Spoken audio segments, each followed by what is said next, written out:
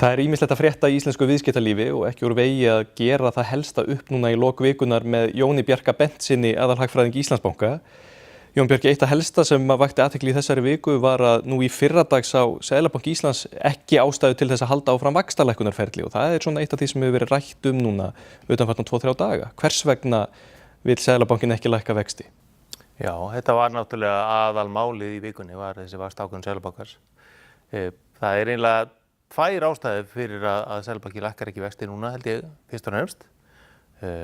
Önnur er krónan og þróun hennar frá sumarbyrjun og hin er auðvitað bara sú staðreynd að hér er bullandi uppgangur. Seðlabanki segir í yfirlýsingunni, sem þið birtu á miðvikudaginn, að núverandi vaxtastig samræmist raunvaxtastigi sem að dugar til að halda verðbólgu við markmið næstu misserin, sem bara með öðrum orðum þýðir að þeir eru bara sáttið við núverandi vexti.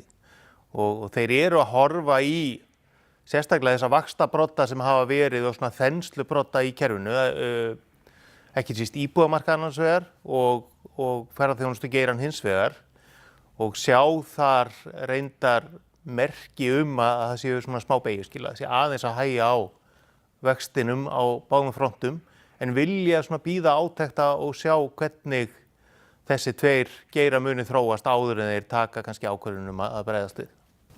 Og þýðir það þá að það er alls ekkert útilokað að vaxtalækkunarferli muni að einhverjum tímapunkti þá halda áfram? Já, nei, það er ekki útilokað, alls ekki.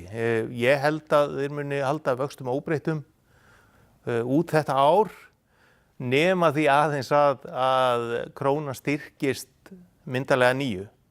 Skammtímaverðbólguhorfur eru eins og alltaf undir hælnum á krónuþróuninni. Og til þess að verðbólga hjaðnaði allra næstu mánuði aftur að þá þyrfti krónan að styrkjast töluvert frá núverandi gildum. Ég finnst hins vegar ekkert líklegt að þetta verði, að þetta er ekki líklegasta þróun eins og ég sé hana og þar með er verðbólgan aðeins að trítla upp sem þýðir að raunvextir lækka miðað við óbreytta vexti og vaxandi verðbólgu sem þýðir að Seðlabanki situr á strák sínum.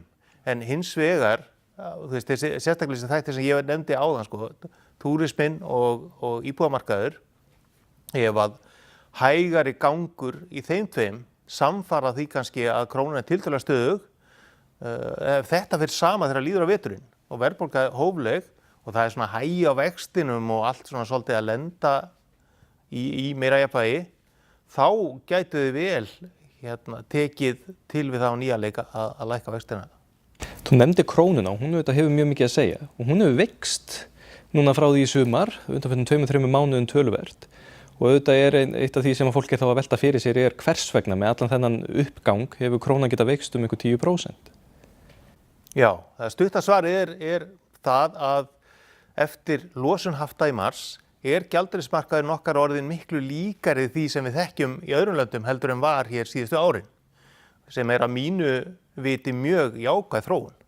Og ég var að hugsa svona að því að menn hafa skipta skoðunar á þessari krónuþróun, að ef maður hefur verið spurður í febrúar, hvað væri svona óska myndin einhvern veginn af því sem ætti að gerast eða maður vildi sjá gerast eftir losunina, þá hefði maður sennilega svarað svona einhver veiking krónu og án þess að hér verði einhver fjármagnsflótti og við komumst aðeins nær jafnvægi í gengi krónunnar. Það er akkúrat það sem er gerst.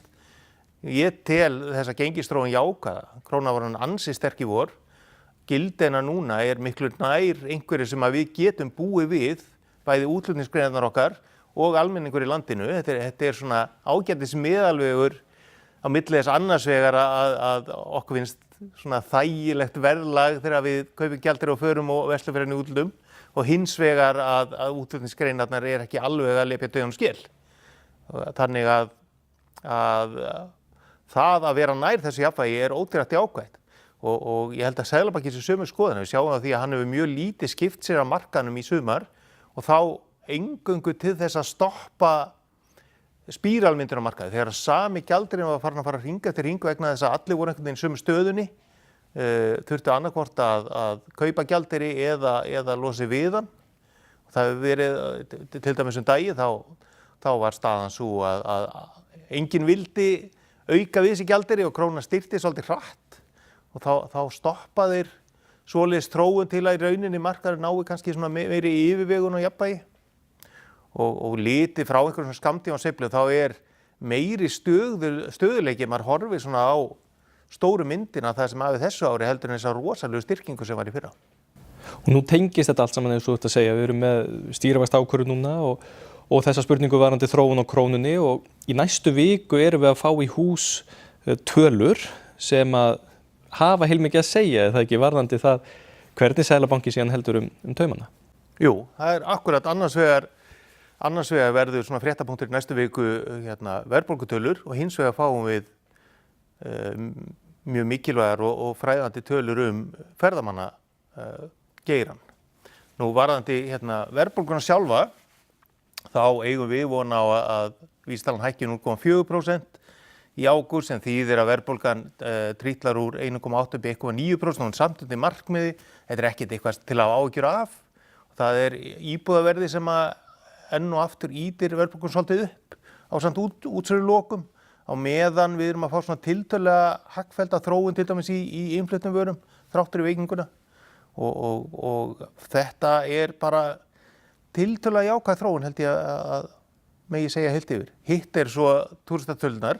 Við fáum gistinætur á fimmtudaginn kemur, gistinætur og gestakomur fyrir júlímánuð og það verður mjög fróðlegt að sjá á þessum háanna tíma hvernig það að þróast og svo aðaltölurnar koma svo á föstudaginn sem verður tölur þjónustu jöfnuð þar að meðal útflutning vegna ferðaþjónustu á öðrum fjórðungi í apríl, maí og júní.